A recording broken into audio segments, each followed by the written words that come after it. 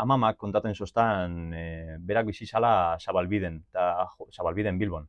Ta horra juten zan neskea bat esnia saltzera, sondik ostarra zala, ne herrikoa, eta berak ezekin erdaraz. Orduan jendeek parre egiten zuen berataz, jendeak saiatuten zan berari engainaten, eta holakuk ezekielako erdaraz. Oso bitxia erureten jat kontu hau, bueno, pentsau, claro, da, nire amaban garaie, bakarrita, belaunaldi salto bat egon da bakarrikan, ez? Baina ikus gainkezan nola ez da beharrezko debe kukutsu hori, baizik eta jendeari lotxa sentsazio hori sortaraztea. Hori da, benetan nik uste mintzen dauena hizkuntze bat. Printzipioz, ondikan, ia biztanleriaren erdina badaki euskaraz, baina egiten da, printzipioz, hau da, altxora elkartea, euskararen aldeko sondikako elkartean datuak, erabilera da 100%.